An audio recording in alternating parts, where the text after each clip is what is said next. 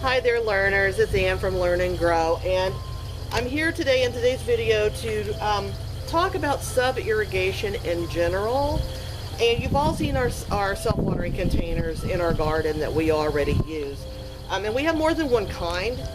And because this one broke, it has presented an opportunity for us to talk about sub-irrigation in general. I want to talk about all the different ways that sub-irrigation can be made to happen, because one of the things that's become really apparent is that even though we have an international audience of learners following us on Instagram and Facebook, not everybody has access to the same materials. And these 5-gallon buckets in particular, and the atrium drains that we normally use in our old school self-watering containers, the total DIY version, not everybody has access to those kinds of things either. And so we want to talk about how sub-irrigation works, so that if you are looking to do something like this, but you're going to have to use different materials, if you understand the underlying science, the physics of how sub-irrigation works, you can come up with your own self-watering container using whatever materials are available to you. This is totally scalable, so if you want to use larger containers, as long as you proportion everything right, you can still make it happen. Today I'm going to talk about just sub-irrigation in general using the materials that I have here today. So what you will see here is we're trying to make a go of restarting the top of a pineapple in this bucket, but it won't hold water because it's busted out. And the reality of it is while plastic containers will not break down in a landfill because they're buried under mountains of yuck, they will break down in the sunlight. And when you're using a food safe bucket that does not have BPA in it, that BPA hardens it against that kind of breakdown. And so the food safe buckets are going to break down faster, unfortunately. And so, you know, our orange buckets are not BPA free. We didn't know about that in the beginning. I didn't know about it in the beginning. And so I made everything with the least expensive buckets I could get, not realizing that that made a difference, or it could make a difference. And those buckets have lasted the longest because they're loaded with BPA. Now, we don't have any evidence that it's leached BPA into the food, but better safe than sorry. We switched to food safe buckets a few years ago for any new buckets that we build out, and anything we do in our classes involves food safe buckets. We don't use the other kind anymore. But that means that every once in a while, since we've been going at this since 2013, you know, we're now in almost our 8th year, going into our 8th year, and some of these buckets are starting to get pretty long in the tooth. And so we're having to replace them. And so since this one had to be replaced, I figured we'd talk about that. So with any self-watering container, you need something to act as the reservoir to hold water down below where you're growing your stuff. And in this case, we're just going to replace this one bucket with another bucket, but I need to drill a drain hole in it first, because there is a platform in here that is supporting the weight of all the soil, and then the water is up underneath it. But because the side of this is now split open, I've got to replace it. So I want you guys to see, this is actually using a Hashpad self-watering container platform, and I'll link to all of that stuff below as well. The folks at Hashpad were kind enough to donate these to us a few years ago, and we linked to their content, and I don't know if anybody bought anything from them or not. We didn't have an affiliate link, so we had no way of tracking that. So hopefully, you know, it's been something that's helped some folks out, you know, in the past. And of course, now we use the Grow Tech kits. So I'll be showing you the two different types of self-watering container platforms that we have between the Hashpad and the Grow Tech Grow Bucket kit. And then I'm also going to show you how to do it on a smaller scale. And I got to tell you, what really inspired this was my mom. Because back in the day, this is my first exposure to sub-irrigation, my mom used to grow African violets for show. And what she would do is she would have one bucket, and something smaller than this. She would use like little used margarine tubs from the kitchen. But something small like this, and then she would have the upper bucket on top of it, and then what she would do is take little pieces of nylons, pantyhose, knee-high stockings, whatever that got runners in them, because it's back in the day when women still wore those things. And she would cut a hole in the bottom of the growing chamber, cut a hole in this lid, if you pretend this is butter tubs and not something this large. But this is just for illustrative purposes because of size and scale in the video. And then the little piece of stocking would be threaded through the lid and up into the underside. We'll show you how to do this. Underside of the upper thing, and then the lower container was filled with the growing solution. And so she was sub-irrigating her African violets back when I was a kid in the 80s. And that was actually my first exposure to sub-irrigation. However, it didn't really click in my head that that's what she was doing until I got exposed to the self-watering gardening method using the 5-gallon buckets. I'm like, wait a minute, that's the same thing that Mom used to do. So let's get started. We're gonna put this cart down to dump out the dirt. And we'll just dump out the pineapple with it. Whatever happens, happens. So here you go, buddy. Yeah, see, you ain't got nothing much going on anyhow, but you do have some roots starting to grow. That's pretty cool. So as you can see, there was stuff going on in here, obviously. There's some root balls in here from the prior crop. Now, this is just a piece of PVC that I got at the store. The kit does not come with one from Hashpad, or it didn't back in the day when I got these. And what you can see, hopefully, let me dig the dirt out so you can see what's down in these holes. Because what's curious about the Hashpad version of sub-irrigation is that the feet of the platform are also the wicking baskets. Uh-oh. We got some breeze going on out here. So, I'm gonna clean this out so you guys can see it. We're gonna get this thing all freshied up. But it's got 4 little feet and a hole for a piece of PVC to go through. And all you have to supply yourself is the bucket and the PVC. And then the platform is what they actually sell as the product. So right now you can see it's, you know, so I'm gonna go rinse this off so you can see all the bits and pieces. That's not really very obvious. Okay, I don't know how. I'm just gonna hold it up here and see what you can see. I don't know how well you can see that, but inside you can see there are little holes at the bottom of the feet. And then there's also holes around the perimeter for drainage. So the drain holes let water go down into the reservoir. The holes in the feet let water wick back up, and dirt, if you can see the holes in the feet, kind of hard to see looking at it that way, but you can see it more better looking at it that way. But you can see that the holes in the feet, then the dirt goes down into the feet, and then you've got these holes at the bottom that allow the water to come up from the underside, and it doesn't sit flush on the bottom of the bucket, because then the holes would be blocked off. So you've got these little pegs that create just enough clearance off the bottom of the bucket that the holes are still open to the water, but not so much so that the soil just gets completely super saturated, and only the soil that's down in these little legs is going to get wet initially, but then it's going to wick the water upwards, which is how sub-irrigation works.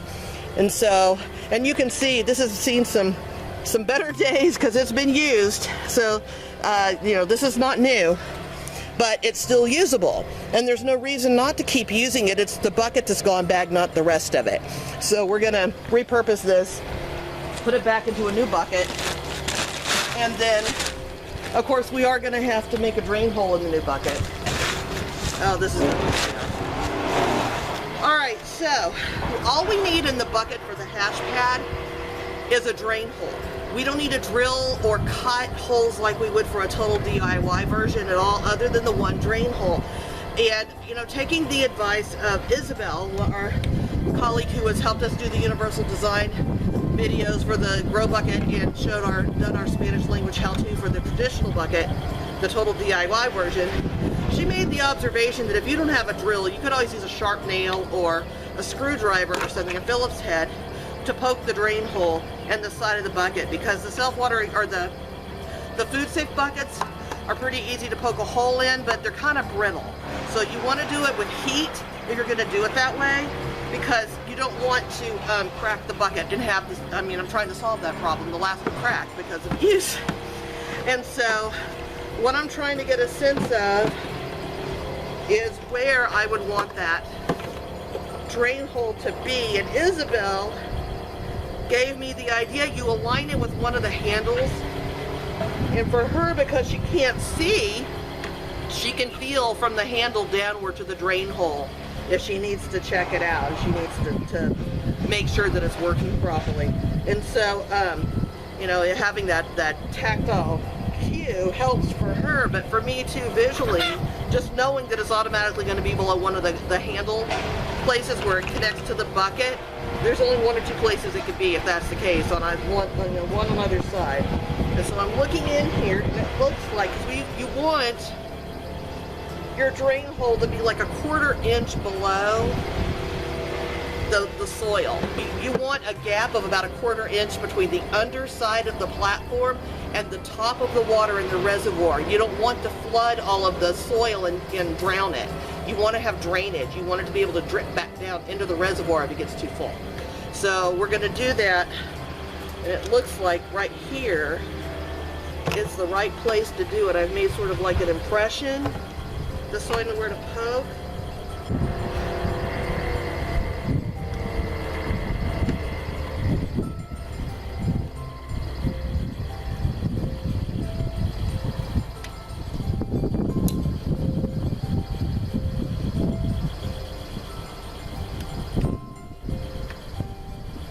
There we go.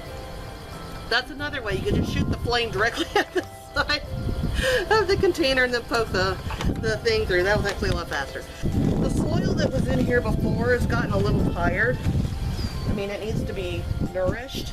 So I'm going to put this bit of it right back in here. And oh, look, all the worms. There's all kinds of worms in here. That's so great. We have earthworms and beneficial nematodes in all our soil. So this is still really healthy soil.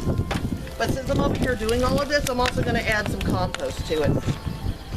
Okay, so this is a tray from our vermiculture composter. And you can see all the ooh in there. And there's worms. So I'm just going to scoop up some of this gook. You can see some broken eggshells still haven't broken down quite yet. And put these guys in there, the worms and everything.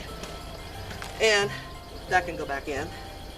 And we don't need a bunch. We just want to put some nutrients back into the soil. And so we can start putting this dirt back in here. And I'll set you off to the side for the moment. Uh-oh, here's what I did wrong. I didn't put the tube in. Again, perfection not required. So you do need the refill tube, and you'll notice that the bottom of it is cut at an angle. And the reason why is you don't want it to come down and go to the bottom of the bucket, because then the water can't come out from underneath it. It suctions down and the water won't flow. So you want it like this, so when you refill the reservoir, the tip of it's going to lift it up off the floor, and there's going to be a place for the water to come out. So we're going to put this bad guy back through here like he was before.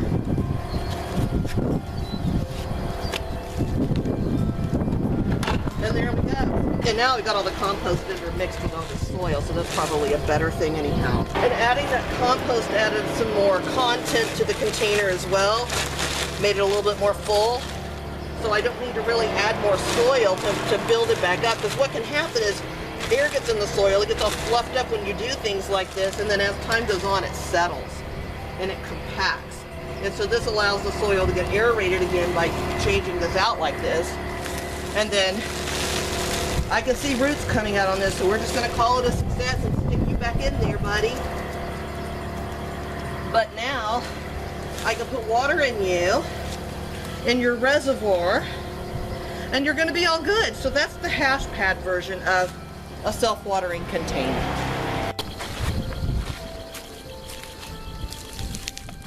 Okay, so now we're going to talk about this kind of sub-irrigated system. And this is actually pretty cool. So you really don't have to do anything that amazing. You need sort of an opening to stuff the little bit of fabric through, this little place. You need some drain holes, which don't have to be anything fancy. just so that the water inside the container has the ability to drain back down into the reservoir if it needs to. So there's that. Not too complicated. So that's the upper chamber where the plant's going to grow. And we don't need a drain hole on this one because we're not going to overfill it. We can see, and we don't need that much liquid in there. So, you know, we can fill it up pretty full and have a long wick hanging down into it, and it'll last a long time. So all we really need is a hole in the lid that we might want a little, like a hole, another hole, well, we're going to have other holes in the lid for the drainage to come down. And we might want to like have a little ventilation hole at the top just so we have air circulation. But we don't really need to get crazy with it. So there's a hole for the wick to go down. There's some drain holes for the liquid that comes from the upper container to drain down into the reservoir.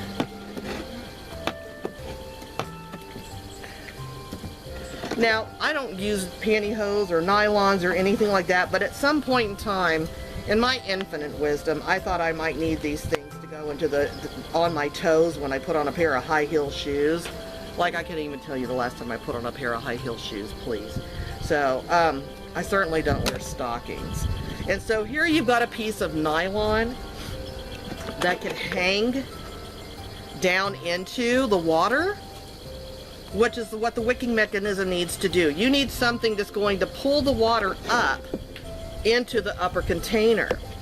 And so if this bit of nylon is sticking into the soil, then whatever liquid it encounters in here is going to automatically absorb it and then soak it up and then pull it up into the soil, which is how sub-irrigation works in any medium. So we need to get this threaded through here for that. And so long, now you don't want to lay it flat on the bottom of the container. You do want it sticking upward so that the soil is around it, so that it's actually in the middle of everything. And then we'll put it on here like this, and then I'll go ahead and put like well, these drain holes that I put in the lid are going to be sufficient for aerating everything. And in fact, I think I want to make those the aeration holes and then make some other drain holes closer to the center where the upper bucket is actually going to drain into it. So we can just rely on these other holes for the air, and then we don't need to put one on the side. So there's that. And then let's pull this taut again, because we don't want, what we don't want is this. We want this to be completely flush so that it's like that. And it's like sitting on a platter. And then we go down this way. So let's put some soil in it and plant something. How easy was that? And I have a little bit of this soil left, but I also want to put some compost in here. So I'm going to put the last of this soil in here. If you can see, the nylon is sticking slightly out of the soil up through it. And it doesn't need to go all the way to the top. You don't want that. And you don't want it really getting entangled with the roots. But you do want enough to see, get some good ooey stuff in here. Ooh, and some worms. Yeah. See, and there's that. So there's fertilizer, and that came from our composter. So that's cool. And then let's get some more soil, because that used up the last of that. And let's get some of this soil in here. So let's figure out what we can plant in here that's gonna be suitable for something this size. And I think these Bib lettuce seeds are still good. Let's see, let's find out. All right, put some lettuce seeds in there. Not exactly rocket science.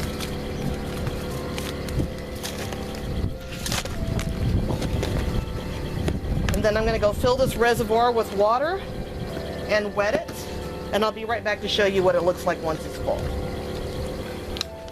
Okay, it was easier to take this to the water than to bring it over here. And one thing I did want to let you know is I used the, see, this is what happens when you lift.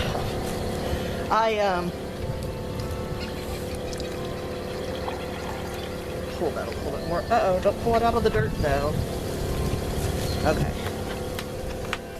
So, I had to make the drain holes in the lid just a little bit bigger so that the runoff would automatically go down into them. And it looks like I may need to enlarge some of them a little bit more on the edges as well. I didn't think that was going to be an issue, but it's not that big of a deal to do it.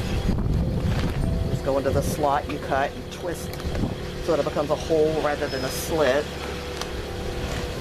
And then all the excess just drains right down into the reservoir. No big deal. And as you can see, the water's not clear because there was some leaching of what's in the container into the water when I top watered it, because you can't have sub-irrigation into dry soil. You need to have the soil already damp in the first place for the sub-irrigation process to happen. So I dampened it from the top as well as filled the reservoir, and the drainage went down into here. And so now we've got you know, this runoff that's going to collect in the bucket below, and then as needed it'll just wick back up, and once everything's wet, everything sort of kind of starts working together anyway. So there's that. So we're just going to wait and see. It looks like there's still some liquid passing through the soil and into the lower container, but the cool thing is that whatever is in that lower container that contains nutrients from the compost is just going to continue to wick back up into the soil as needed, when needed. So this has basically become fertilizer water. So it's a growing solution. So that's basically what happens in a sub-irrigated container regardless. The drainage becomes part of the nutrient base in the water. And we do have earthworms in here, and so they're going to create worm castings. They're going to aerate the soil, and they can't handle it being too wet. So we can't make it too wet. And so this allows it to maintain its moisture balance. And what I like about using these smaller containers, especially since they have these markings on them for measurement, all these different measurement tools that are built in here for using them for purposes other than this. Like I got this in the paint section at the hardware store. It allows you to monitor your water levels as well. And if you're going to do any metrics with any of that, it's already marked. You've got these metrics on the side that help you figure out, you know, you can monitor your water level. Plus this is a see-through container, it's opaque. So you can see your water level going up and down. And you can feel that it's full of water. And so there's that. So we're going to need to protect this because it's lettuce. And we can reasonably anticipate that some kind of critter is going to want to eat it. So we've got to create a cover for it now. So I'm going to recycle this piece of chicken wire if I can, because it was used originally to create protective cover for the baby chickens. And I'm just bending it around itself. You don't necessarily need zip ties for something like this, so there's nothing wrong with using them. But I'm all about trying to get away with using as little as possible in terms of materials. I'm not really big on consuming more than you need. Get out of here. Freaking bugs. So I can fit this around the outside, and this keeps anything from getting into it. Now once the lettuce starts to get big, I'm gonna have to pick it down before it gets too big, because this cap is not big enough to account for an entire head of lettuce. But it will certainly keep a baby head of lettuce protected while it's coming up. And then once it gets bigger, we can come up with a solution that's going to give it a little bit more coverage. But this is just for now. There you go. All protected. Critters can't get it. At least not for now. And so that gives us something that can sit outside. Now if you're going to do this indoors like in a window, you just want to make sure you have something under it to catch any drips and spills. And you don't need the protective cover. Okay, so there's two different types of sub-irrigated containers. As you can see, that the common feature is something that allows the water to wick up into the soil in the growing area without saturating the soil in the growing area. So now we're going to do a different type of sub-irrigated container using a 5-gallon bucket. And again, we're going to have to put in a drain hole, but we're going to use a different kind of product. We're going to use the Grow Bucket kit from GrowTech. These are the pieces of a Grow Bucket kit. So what you have is the false bottom, the platform. And you can see there's obviously an area underneath where water is going to go. And then you have a place for the refill tube to plug in.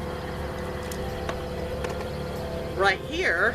so that you can put water down. But what's so awesome about this is that you've got this flotation device with a paddle on it that allows you to monitor the water levels visually or tactily, depending on your modality preference or abilities, so that as the water goes up and down, this paddle goes up and down. And this little bit here, this is difficult to do not in a bucket, I'm trying to show the parts outside of the bucket as they work. This bit right here caps on top of it, and you've got an area here to put a label that comes with the Grow Bucket kits to label what's in your container.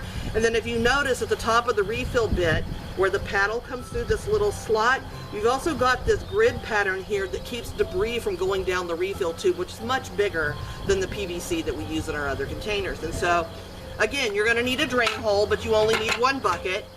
You put this in, and what happens is the Grow Bucket kit is going to create a false bottom.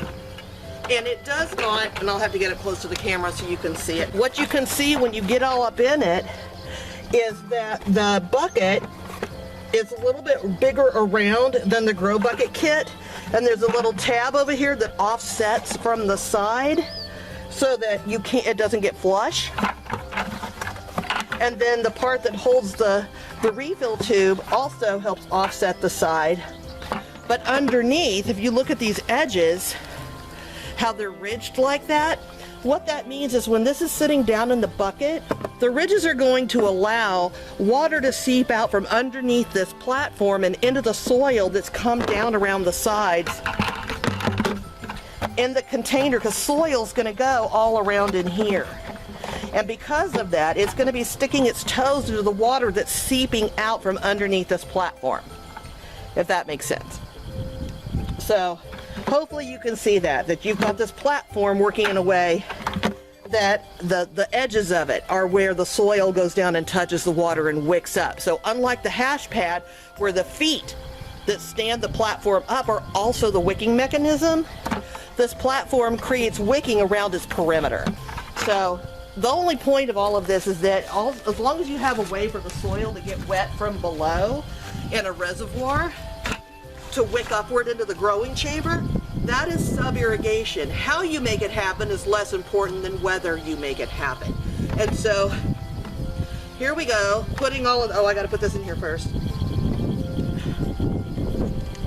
Put that through, and it's got a little stop sticky thingy so that it won't come all the way out when it's put together, which prevents the paddle from getting lost. And you know that you have no water when it's all the way down to the ground, right? So let's put some dirt in here and some compost and plant something. But first, before I do any of that, ooh, I almost got ahead of myself, you need a drain hole.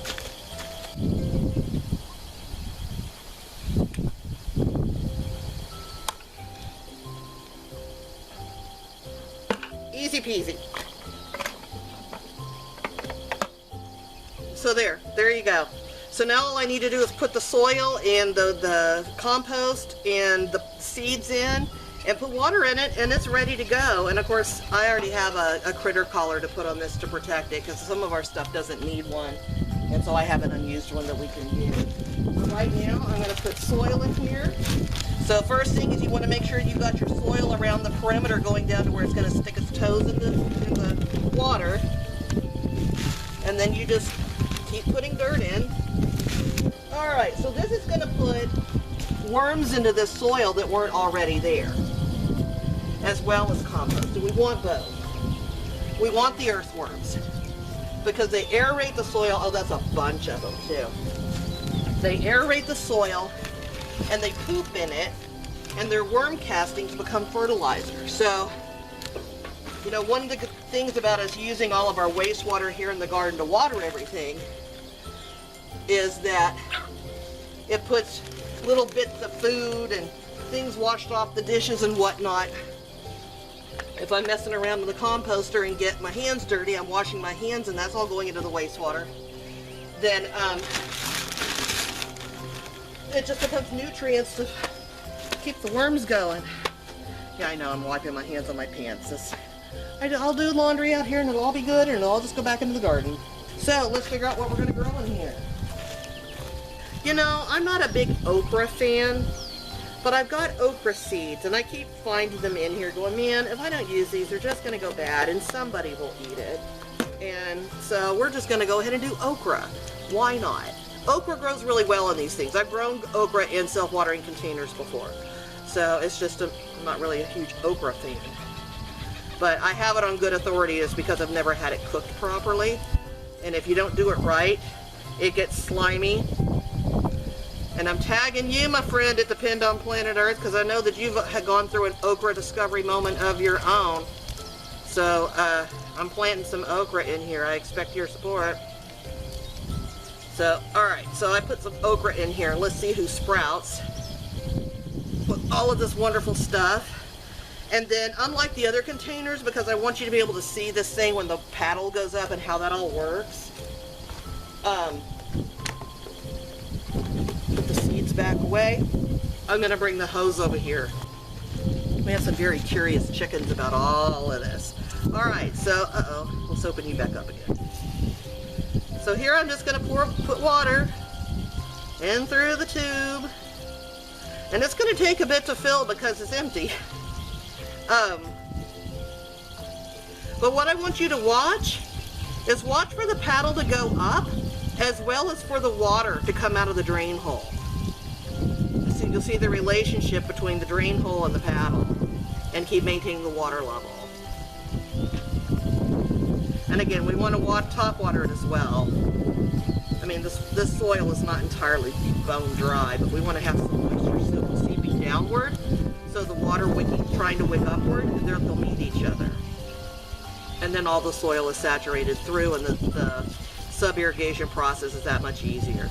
Basically how sub-irrigation works is that water molecules are attracted to each other. So if you have water in the soil already, and you have water wicking up and absorbed up into that wicking material, when they connect to each other, they're going to want to bond. And they're going to try and fill the air gaps where appropriate. But if the soil gets too wet, it'll just drain back down to the reservoir. And you don't want to, drown your worms or your plants. And the cool thing is that once your plants are established in here, the roots will actually create a draw against the water down in the reservoir as well. So the whole system becomes pretty self-sufficient. There's really no way to mess up the water except to let the reservoir go dry for too long. Now, even if you let the reservoir go all the way dry sometimes, as long as you don't do it a whole lot and for too long, there's still going to be water in the soil. But if you let the reservoir go dry and the soil go dry, now you're in trouble. So long as you keep water in the reservoir, the soil and the plants in the container will self-regulate the water consumption. And you don't really need to worry about that. And this gauge is what's missing from all of the other big self-watering containers that we have, because this really tells the story, right? And what I love about it, and what Isabel was so helpful in illustrating, is that even if you can't see or you can't see well, the paddle has these cutouts on here so you can get a tactile sense of how, and you can feel how tall it's standing up in there. And is water coming out yet? I don't think so. Oh, it's right, yep. So what we have is water trickling out of that drain hole just as the paddle reaches the top. And that's exactly what we want. So now we've got the okra planted in here, and I'm going to go put this in the garden and find it a little home in the garden, and we'll just monitor it and see how it goes.